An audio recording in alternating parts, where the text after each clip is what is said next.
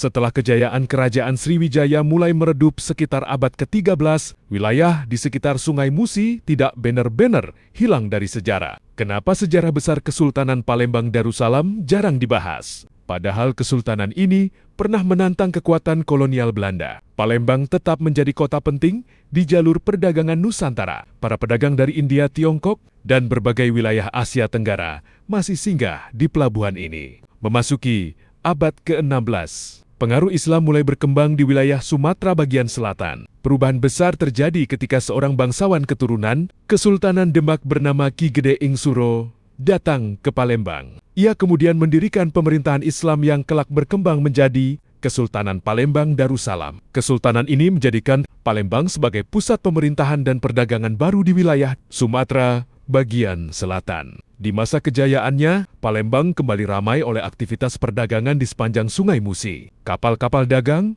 membawa hasil bumi seperti lada, rotan, dan kayu dari pedalaman Sumatera. Kesultanan Palembang juga membangun berbagai pusat pemerintahan dan benteng untuk menjaga wilayahnya. Salah satunya adalah Benteng Kuto Besak yang hingga kini masih berdiri sebagai saksi sejarah. Namun pada abad ke-19, kekuasaan kesultanan mulai melemah akibat konflik dengan kolonial Belanda. Akhirnya pada tahun 1823, Belanda secara resmi membubarkan Kesultanan Palembang Darussalam. Meskipun demikian, sejarah panjang dari Sriwijaya hingga Kesultanan Palembang menunjukkan bahwa wilayah Palembang pernah menjadi salah satu pusat peradaban penting di Nusantara. Jejaknya masih dapat dilihat dari situs-situs sejarah, prasasti kuno, hingga peninggalan budaya yang tetap hidup di masyarakat hingga sekarang. Dibangun oleh Kesultanan Palembang, benteng ini dibangun pada masa Sultan Mahmud Badarudin I, sekitar abad ke-18, sekitar tahun 1780.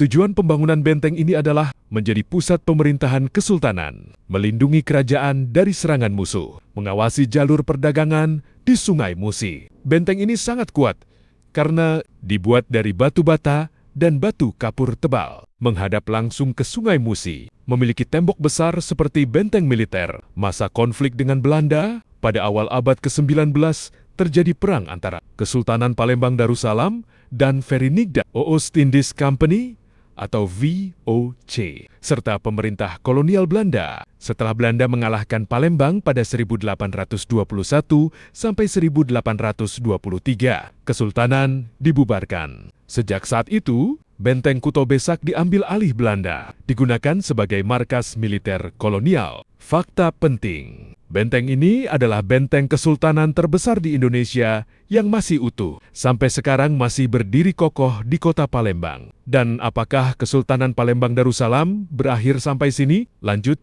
part 2. Dukung terus channel ini dengan cara subscribe.